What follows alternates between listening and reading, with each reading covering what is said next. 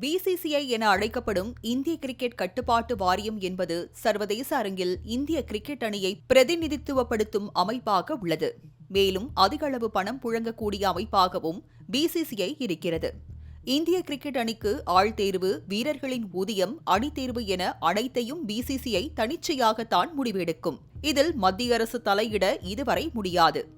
இந்த சூழலில் சர்வதேச போட்டிகளுக்கு இந்திய கிரிக்கெட் அணி தேர்வு, வீரர்கள் ஓய்வு தொடர்பாக அவ்வப்போது சர்ச்சைகள் எழும். மேலும் ஒரு குறிப்பிட்ட சமூகத்தினரே இந்திய கிரிக்கெட் அணியில் இடம்பெறுகிறார்கள் என்ற விமர்சனம் எழுவதுண்டு. இதர விளையாட்டு சம்மேளனங்கள், சங்கங்கள் போலல்லாமல் பிசிசிஐ முழுமையான சுதந்திரத்துடன் இயங்கி வருவதே இந்த சர்ச்சைகளுக்கு காரணமாக கூறப்படுகிறது.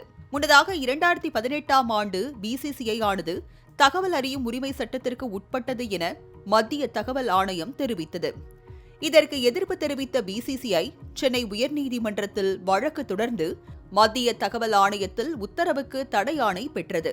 இது தொடர்பான வழக்கும் இன்னும் நிலுவையில்தான் இருக்கிறது. இதற்கெல்லாம் தீர்வு காணும் வகையில்தான் தேசிய விளையாட்டு நிர்வாக சட்ட மசோதாவை மத்திய அரசு கொண்டு வந்துள்ளது.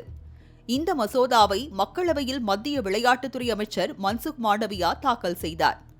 தேசிய விளையாட்டு நிர்வாக சட்ட மசோதா நாடாளுமன்றத்தில் நிறைவேற்றப்பட்டு சட்டமாக அமலான பிறகு இதர தேசிய விளையாட்டு சம்மேளனங்களைப் போல பிசிசிஐயும் அதற்கு கட்டுப்பட வேண்டும்.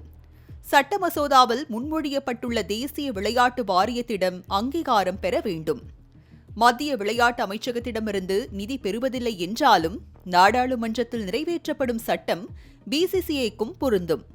இதர சம்மேளனங்களைப் போல பிசிசிஐயும் சுதந்திர அமைப்பாகவே தொடர்ந்து செயல்படும் என தெரிகிறது. எனினும் தேர்தல் முதல் அணி, வீரர்கள் தேர்வு வரை எந்த ஒரு பிரச்சினைக்கும் தேசிய விளையாட்டு தீர்ப்பாயத்தையே பிசிசிஐ அணுக வேண்டும். இந்த தீர்ப்பாயத்தின் பணிகள் குறித்து சட்ட மசோதாவில் விளக்கப்பட்டுள்ளதாக தெரிகிறது. தேசிய விளையாட்டு நிர்வாக சட்ட மசோதா எந்த ஒரு சம்மேளனத்தையோ அல்லது சங்கத்தையோ அரசு கட்டுப்படுத்துவதற்காக கொண்டுவரப்படுவதல்ல எனவும், அந்த அமைப்புகள் நல்ல நிர்வாகத்தை மேற்கொள்வதை உறுதி செய்ய அமல்படுத்தப்படுகிறது என்றும் மத்திய அரசின் வட்டாரங்கள் கூறுகின்றன. மாலை முரசு தொலைக்காட்சி செய்திகளுக்காக வாசுதேவன்.